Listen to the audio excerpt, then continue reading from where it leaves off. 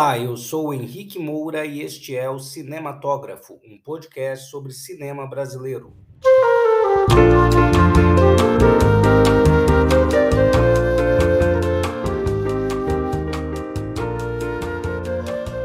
Salve, salve, meus amigos! Chegamos ao 8º episódio, depois de longas viagens passando por São Paulo, Rio de Janeiro, Ceará, Bahia e Pernambuco. O podcast desembarca hoje na nossa capital, Brasília. Quero conversar com vocês sobre um filme que está na Netflix, O Último Cine Drive-In, de Iberê Carvalho.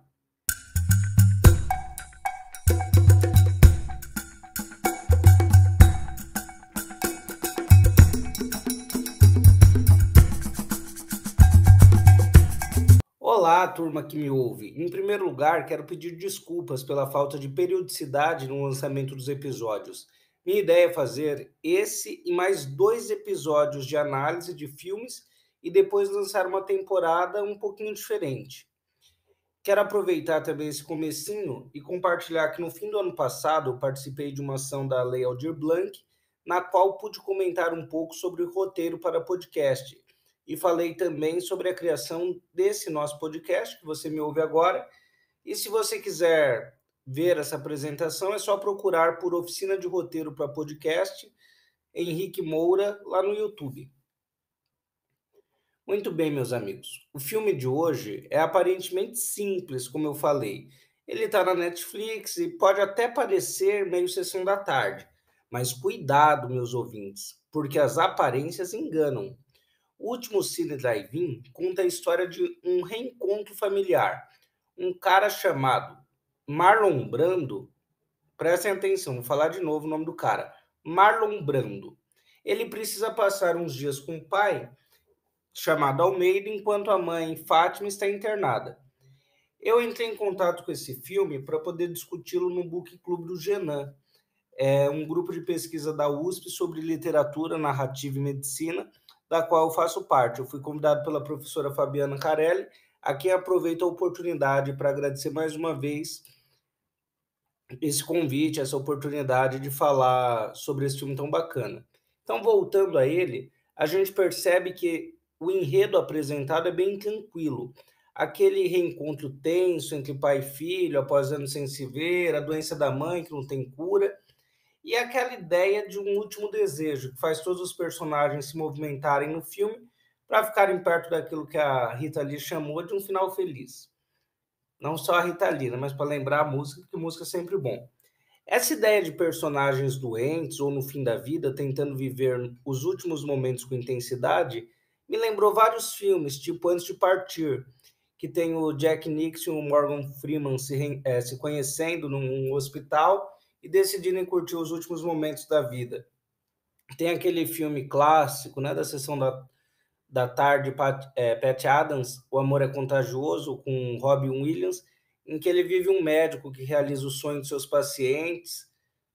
E é claro que você deve lembrar daquela cena com a piscina cheia de macarrão, que era o sonho de uma senhorinha, né?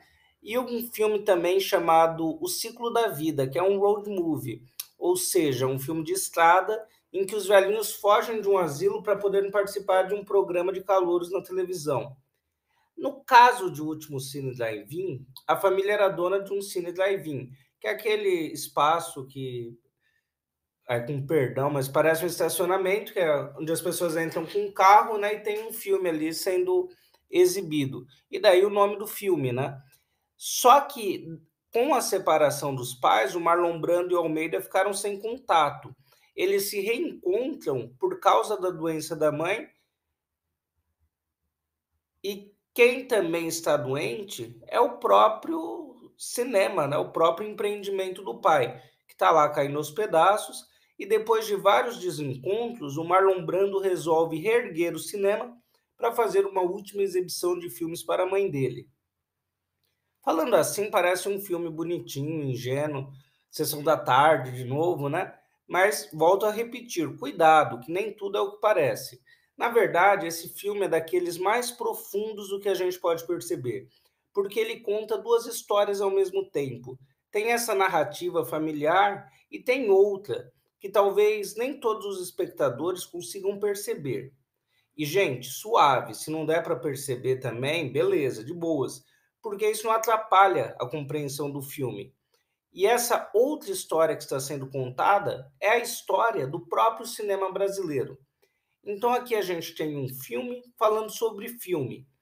É o que teoricamente, aí vocês vão lembrar das aulas de português, a gente chama de metalinguagem, quando alguém utiliza um código para conceituar o próprio código.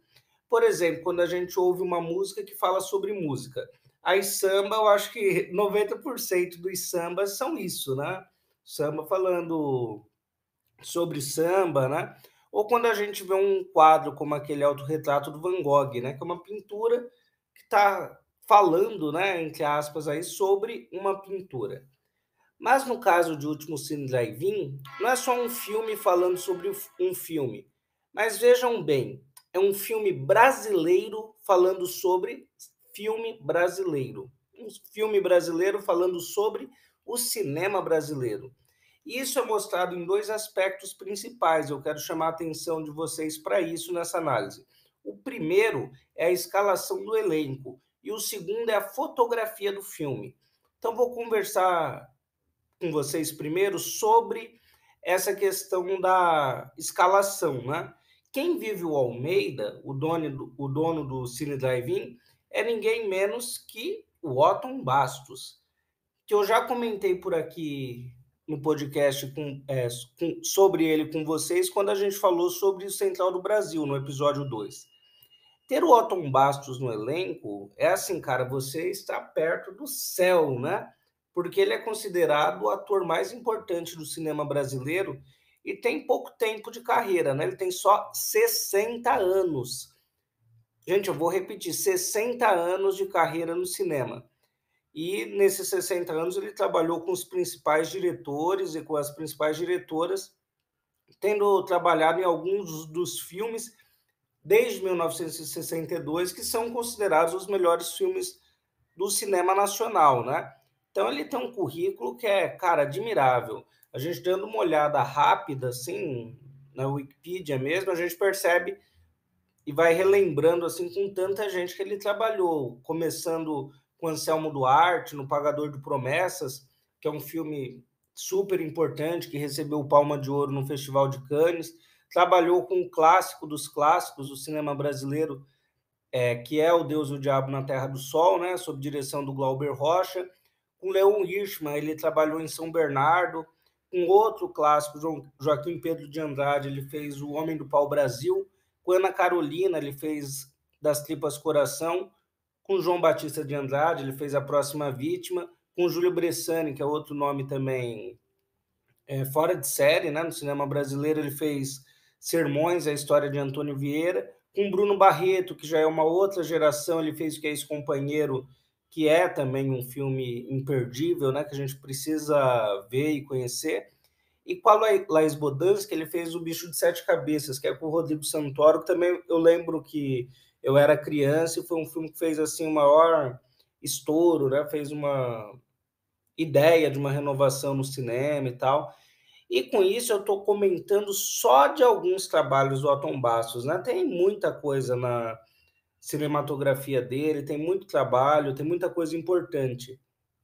Então, quando a gente vê o Otton Bastos na tela, aí você pode lembrar também dos trabalhos em televisão, né? Para mim, eu acho que o que ficou mais marcante foi em Éramos Seis, a novela, segunda versão da novela, né? Que é a adaptação de um romance que foi feita pelo SBT, que também é aquela senhora presença, né? Que ele faz um marido super zoado, né? Marido da Irene Ravacha, a Dona Lola, e ele faz aquele marido péssimo, né? E a gente fica se tremendo de medo em casa. Então, quando a gente vê o Otton Bastos na tela, a gente não está vendo só um grande ator e um ator que é veterano, mas a gente está conseguindo testemunhar uma parte enorme da história do cinema brasileiro. A presença dele imprime, então, uma marca e é com ela que o diretor vai jogar na fotografia do filme. Aqui nós vamos ter, então, um caso em que um elemento que dá um destaque maior e que vai servir de fio condutor para essa análise, que é a fotografia. Por isso vale a pena a gente entender bem o que significa a fotografia no cinema. O que que é a fotografia, então? Ela vai ser tudo aquilo que nós vemos enquanto estamos assistindo a um filme. E cabe ao diretor de fotografia todo o trabalho de controlar o processo de registro das imagens, né, com as técnicas de iluminação, os filtros, as lentes que vão ser usadas, os movimentos de câmera, como os enquadramentos vão ser feitos e tudo mais. No último Cine Drive-In, acontece uma homenagem ao cinema no geral, que a gente pode perceber isso pelo próprio nome do personagem, né, Marlon Brando, que lembra o ator, e pelo cartazes de vários filmes que aparecem, né, nos cenários, como O Poderoso Chefão, O Cinema Paradiso, também é outro filme incrível. Mas a homenagem principal que acontece é ao próprio cinema brasileiro, com a presença do Atom Bastos, que eu já falei, e com a articulação de uma montagem de fotografia que faz um passeio pelo cinema nacional, dialogando com diversos filmes. O diálogo que eu percebi mais marcadamente foi com o Central do Brasil, do Walter Salles. Quase é puxando um R, né? Walter Salles. Filme que marca uma retomada do cinema brasileiro e que vai levar adiante a ideia de apresentar o Brasil aos brasileiros. Esse é um processo e um projeto longo, né, na história do cinema. Começa com o cinema, enfim, do Glauber Rocha, do Nelson Pereira dos Santos antes, né? Que é essa ideia de mostrar, de apresentar o Brasil aos brasileiros. Então percebe-se que há um momento em que o próprio Central do Brasil é exibido no último Cine Drive-In. E tem algumas outras cenas que a gente consegue perceber o diálogo entre os dois filmes. Como, por exemplo, na cena em que o Atom Bastos está dirigindo uma Kombi. E a gente vê o Atom Bastos dirigindo aquela Kombi e se lembra na hora dele dirigindo o caminhão no Central do Brasil, né? E é interessante que em cada filme ele vai dirigindo em uma direção diferente. E além disso, no caso do último Cine Drive-In, essa cena aparece com uma cor mais realista, diferente do filtro que é usado no Central do Brasil, que deixa aquela imagem mais assim, que a gente diz, né, cinematográfica. Quando a gente pensa em cinematográfica, está pensando num tipo de filme, né, feito em Hollywood, com aquela iluminação, com aquela cor assim, daquele jeito e tal. Ainda nesse diálogo, a gente percebe que tem uma outra escalação, para além do Atom Bastos, que é a da atriz Rita Semani, que interpreta a mãe, a Fátima, né, doente no último Cine Drive-In, e que tinha feito uma participação no Central do Brasil. Né? Ela aparece em uma cena também que é bem marcante, que é quando dá a impressão que a Dora vai deixar o menino com o pai dele. Né? Ela seria a madrasta do menino e depois se confirma que não, mas enfim. E outro filme que a gente consegue perceber muito diálogo é o São Bernardo, do Leon Hirschman, que foi baseado no romance de mesmo nome do Graciliano Ramos, né? Isso aparece principalmente nos enquadramentos do rosto do Otton Bastos, nas cenas eu destacaria mais, né? Nas cenas que ele aparece sentado à mesa e no São Bernardo, essas cenas dele sentado na mesa, eu acho que ocupam talvez metade do filme, né? E está, inclusive, na cena final, que é clássica, né? Que ele olha para a câmera e fala um trecho, né? Tem a fala dele ali, que é bem marcante. Então, viajando nessa ideia de o filme contar a história do cinema brasileiro, há um rápido framing que o Atom Bastos, ou melhor, na verdade é o Almeida, né, o personagem, ergue os braços em frente à tela de cinema, em branco, né, a tela está ao fundo dele, para posar para uma foto. E essa cena lembra toda a posição, o Atom Bastos com o braço erguido, um cara na frente dele abaixado, né? Lembra total o corisco do Deus e o Diabo na Terra do Sol, que é uma cena que o outro cara tá armado, né? Aqui a arma no último Cine Drive-In seria a fotografia. É engraçado, né? Até pensando agora assim por cima, essa ideia de em um filme a câmera, em um filme ser a arma e no outro ser a câmera, né? Da fotografia, como se que a arma mata e a fotografia registra, né? De certo modo ambas dão. Se a gente pensar, a câmera dá essa ideia, né, de morte daquele momento no sentido de registro, né, e a arma à morte no sentido do apagamento. Ah, gente, muito legal fazer essa viagem com vocês. Por sorte, no filme tudo termina bem, eles conseguem resgatar a mãe do hospital, conseguem restaurar o cinema, né, para poder fazer a apresentação, enfim, dar uma ideia de ânimo, né, de energia ali começando. Então é sensacional a gente pensar como o filme consegue fazer isso tudo, né, mostrar o Brasil para os brasileiros, passando pela trajetória do cinema nacional, fazer essa homenagem sem ficar uma coisa piegas, né. Então se você for assistir o filme ou qualquer outra pessoa que nunca tiver visto nada sobre cinema brasileiro, que nunca tiver visto Autum Bastos na vida, ainda assim vai conseguir se divertir, vai conseguir se distrair, conseguir se emocionar pela história do filme, né? Nesse jogo que se arma de contar duas histórias ao mesmo tempo. Eu acho que aqui a gente está diante de um filme que consegue um feito muito interessante que vale muito a pena tirar o chapéu. Eu recomendo, então, fortemente que vocês assistam o Último Cine Drive-In. Como eu falei, ele está no catálogo da Netflix, que é outra coisa que as pessoas cobram muito, né? Ah, esse filme tem na Netflix.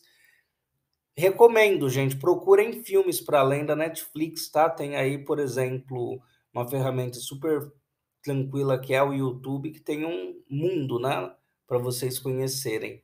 E tentem também ver as outras referências, né, dos filmes que eu comentei ao longo desse episódio. Gente, um abraço e eu espero revê-los em breve.